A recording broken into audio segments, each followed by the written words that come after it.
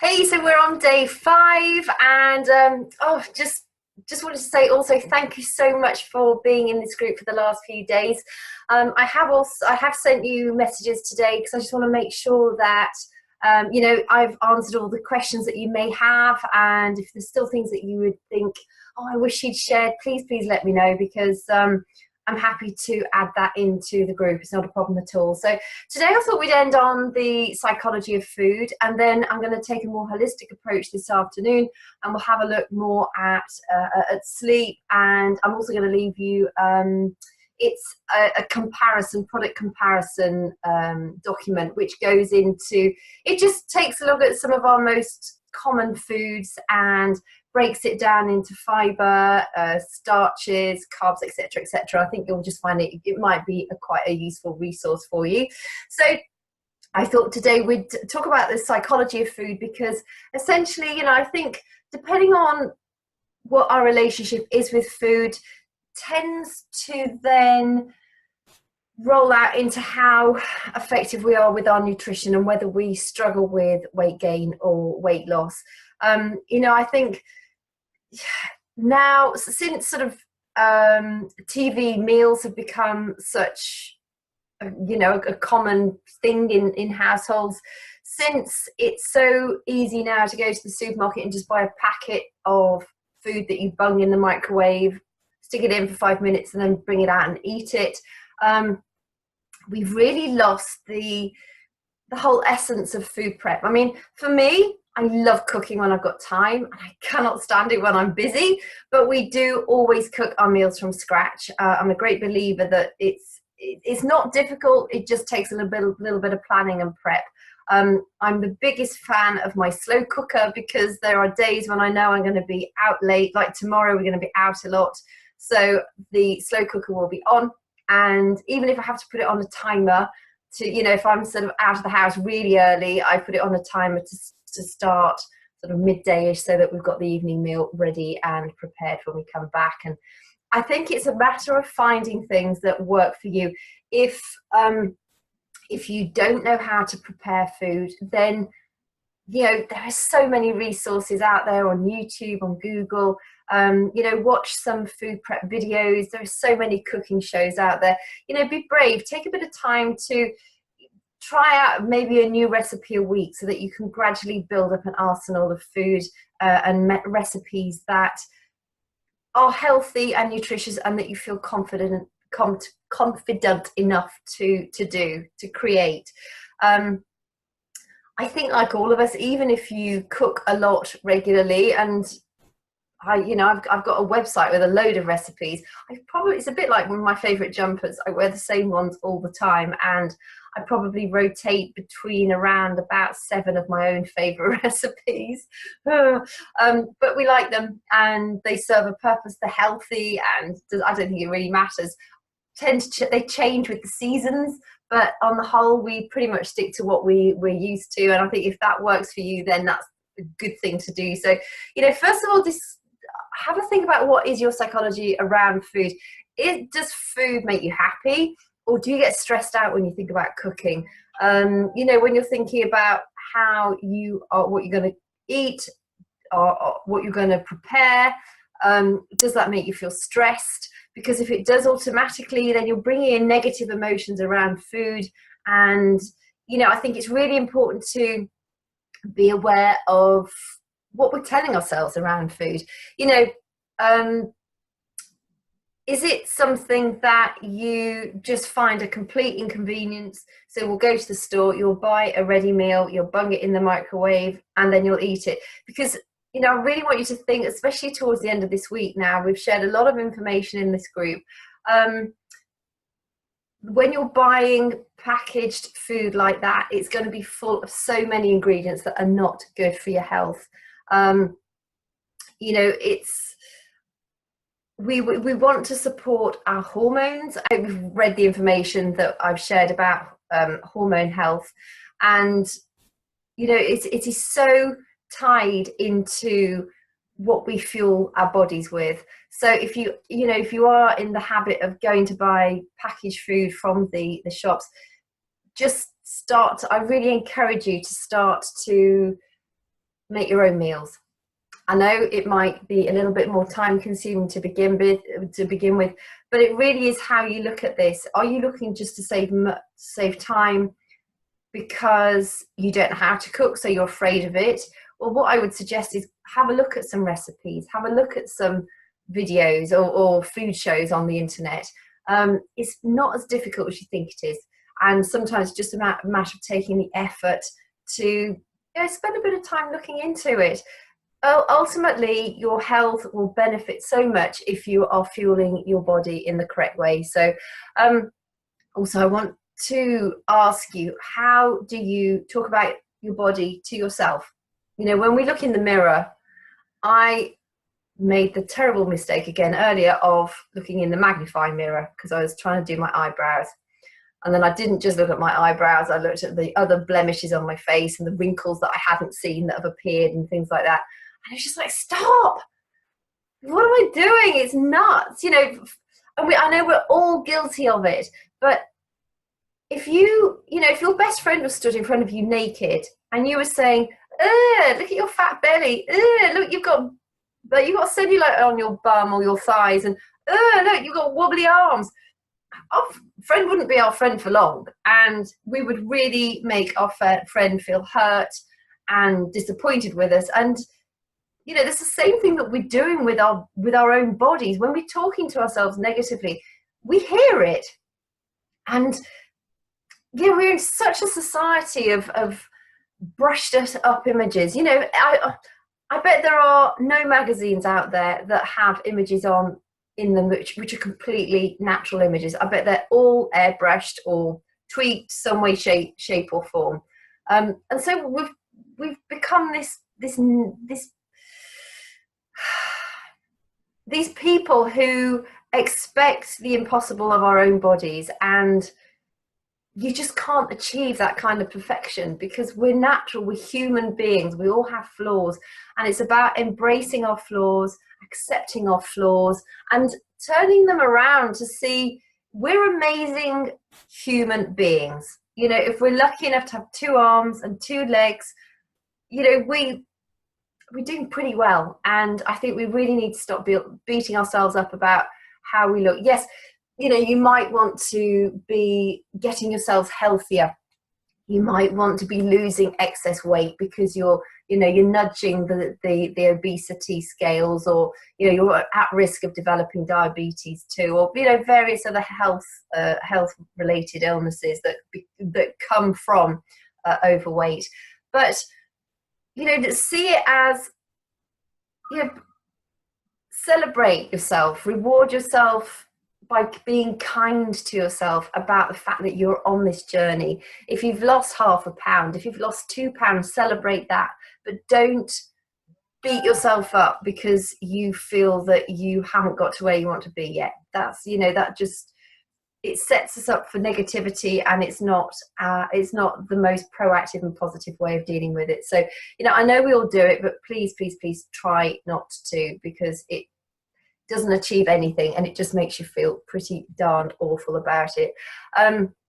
Also, what I would also say is, when you've achieved something really good, or when you've had a really bad day, do you use food to soothe yourself, to comfort yourself?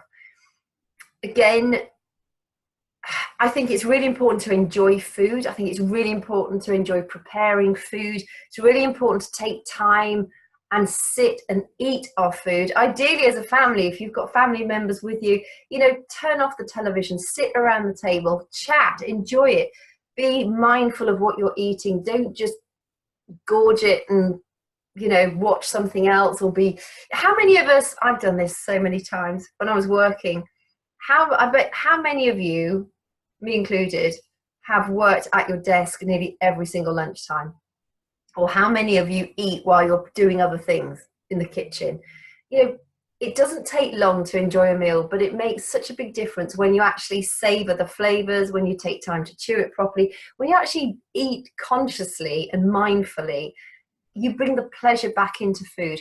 But there's a difference between bringing the pleasure back in and rewarding yourself because you've had a bad day, or rewarding yourself because I don't know, you've lost those final 5 pounds, and now you're going to go out and go, yay, I'm going to go and drink a bottle of champagne and I'm having fish and chips for dinner. You know, then you kind of, you know, that's what we want to try and avoid, really. I'm not saying don't reward yourself with the odd special drink or the odd special dessert. Just leave them as treats. You know, find more functional ways of either soothing your emotions or rewarding yourself. You know, if you're lonely, phone a friend or a family member.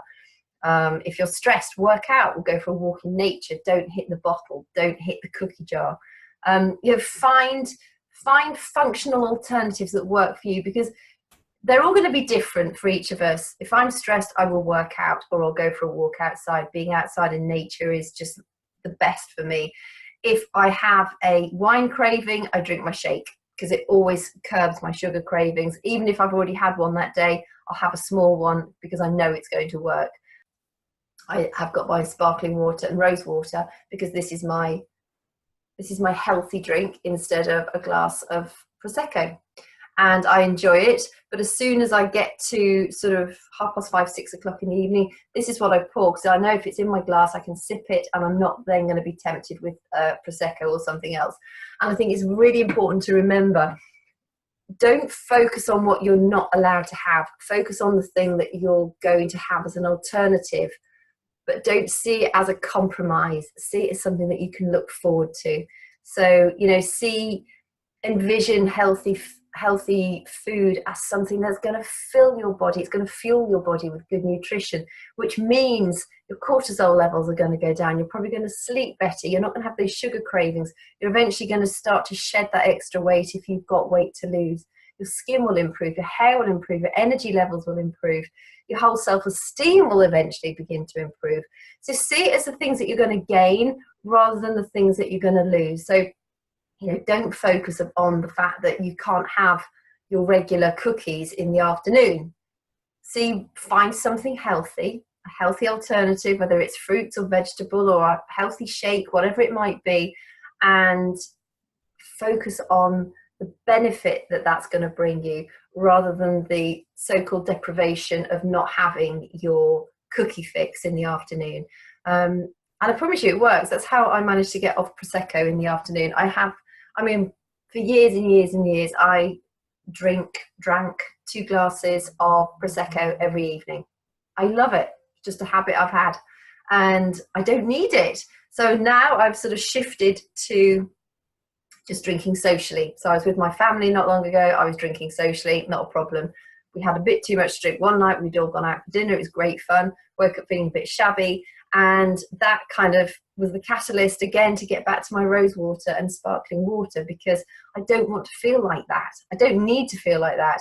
There's no difference between me drinking Prosecco or rose water and sparkling water. I get more pleasure out of the rose water and sparkling water, but that habit of being sociable with Prosecco is also still deeply embedded in me.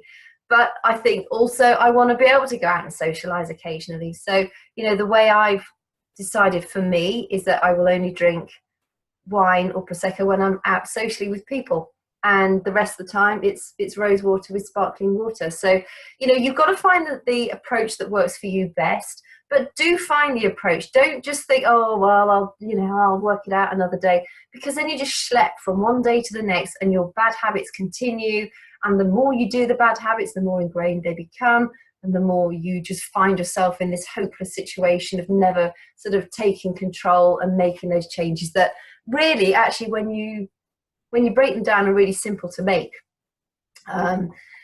So take time to enjoy your food. It will give you the opportunity to register when you're actually full, because it takes about 20 minutes for the food to get down into our stomach. So, you know, just allow yourself that time for your, you know, give your stomach time to fill up, because we eat so fast, we eat so unconsciously, and a lot of us don't chew our food enough either, and it gets into our stomach. You know, we've gorged, we've eaten too fast, and then all of a sudden our stomach's getting fuller and fuller and fuller and fuller, and then it starts to stretch. So then the next day it's harder to keep our portions the right size because you've stretched your stomach and you feel hungry. So just bear those things in mind. the psychology of food, the way you represent food to yourself is so important. And I think the most important thing to remember is food is fuel for your body. That's all it is. All you should be doing with food, really, and I know we want to enjoy it because we've got taste buds, we were designed to enjoy food, but use it as fuel for your body, not as an emotional support. So whatever you need to do in order to make that adjustment, do it. You know, whether you sit down and you write out the alternatives that you can do when you need support, when you're feeling lonely, when you're feeling sad, find things that are going to be more functional ways of dealing with your emotions. Food should not be used as an emotional support. So I hope that has been helpful to you. Get your mind around the fact that food is your friend, it's not your enemy, but you might have to just spend a little bit of time working out what is the best strategy for you with regards to supporting you around food. And if you're really struggling still and you do want that full-on support, I really would suggest that you learn more about the full-on. This has just been like a 5-day fairly deep dive, but we've also got a full-on program that you get lifetime access to, which literally what I've shared in this group, it goes way deeper. And we run a group alongside of the program in order to support you on a daily basis for as long as you need it. So, you know, that's something else to consider, is if you think, I've learned lots, but I still need that extra help, then let me know. I can send you some information over. You can have a look at it. If it's of interest, great. If it's not, then it doesn't matter at all. You know, take what you've learned in this group and take action with what you've learned in this group. So I hope this was helpful, and I will be back in the group again. Thank you so much for joining me on the 5 days that we've shared already together. And any questions, please just ask.